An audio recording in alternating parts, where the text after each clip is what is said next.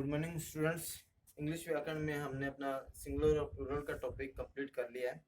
आज जो next topic है वो हमारा जेंडर का है। जेंडर जेंडर को हिंदी में बोलते हैं लिंग।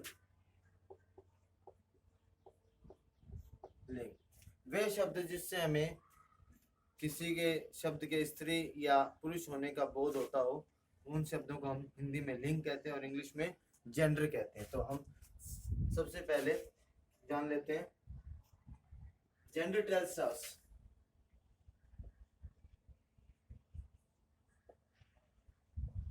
us whether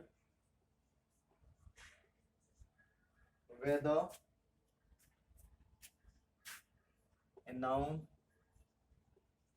belongs to the male or female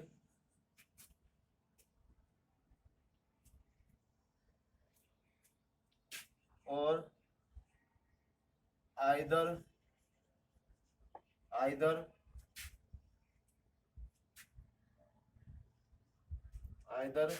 or neither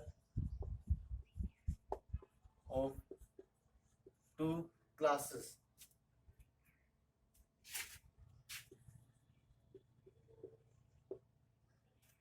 देखिए, जेंडर टेल्स अस कि जो जेंडर है वो हमें बताता है, टेल्स वेदर ए नाउन कि जो शब्द है मतलब जो संज्ञा है, बिलोंग्स टू द मेल क्या वो पुरुष से है, फीमेल या स्त्री से है, और आइदर या दोनों से है, नाइदर या दोनों से नहीं है।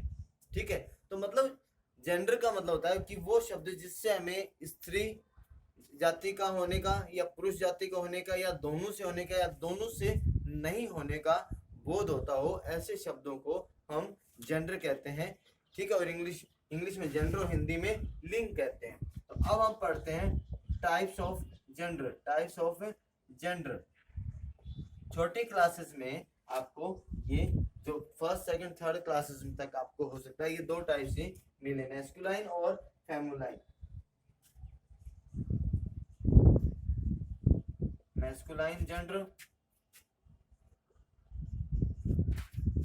दूसरा फेमिनाइन जेंडर, फेमिनाइन,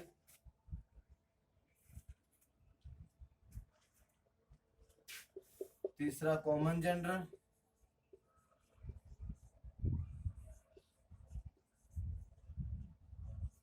और फोर्थ है आपका न्यूट्रल जेंडर।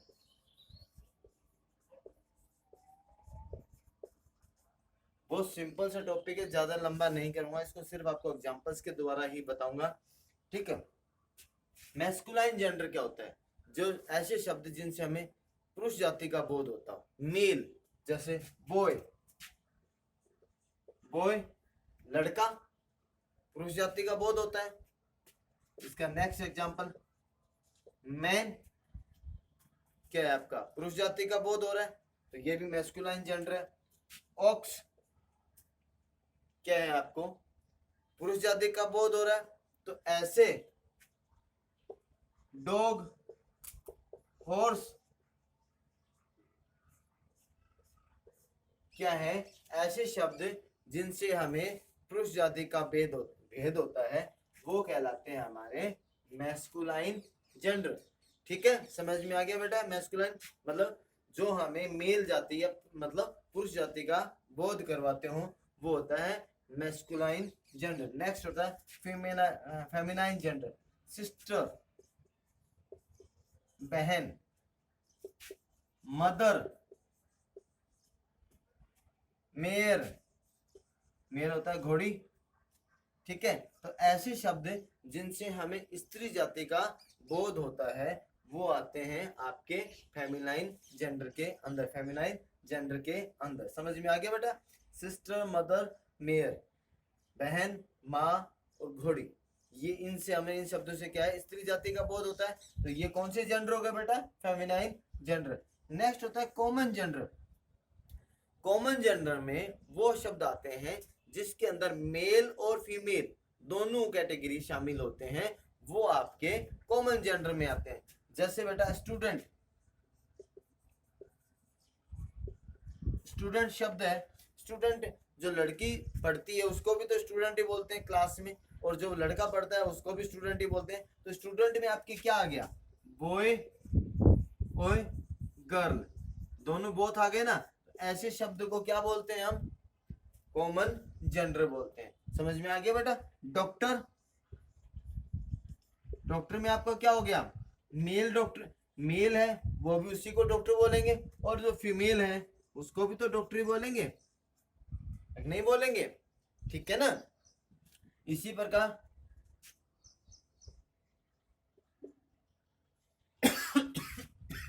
तो ये आ गए या नहीं आपके, इस प्रकार के जो शब्द होते हैं कॉमन जेंडर में होते हैं, जिनमें आपके दोनों आते हैं, मेल बॉय भी आता है, मतलब मेल भी आता है फीमेल भी आता है। ऐसे वर्ड्स को हम कौन से कैटेगरी में रखते हैं, कॉमन जेंडर की कैटेगरी में रखते हैं। आपको उसमें क्या एग्जांपल्स दे दिए, स्टूडेंट और डॉक्टर। और कौन सा होता है बेटा बताओ, टीचर, आपके टीचर भी तो है।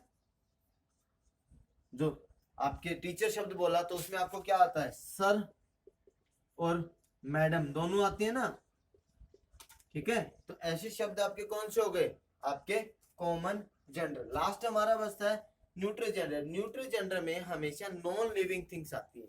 न्यूट्रल जेंडर के अंदर हमेशा आपकी non living things, non living things कौन सी होती है बेटा, जिनमें जान नहीं होती, जैसे टेबल, चेयर, ठीक है, पेन, पेंसिल। अगर ऐसे शब्द जिनकी जान नहीं होती और उनसे आपको जेंडर पूछ दिया जाता है तो वो कौन से होंगे, आपके न्यूट्रल जेंडर होंगे, ठीक है बेटा।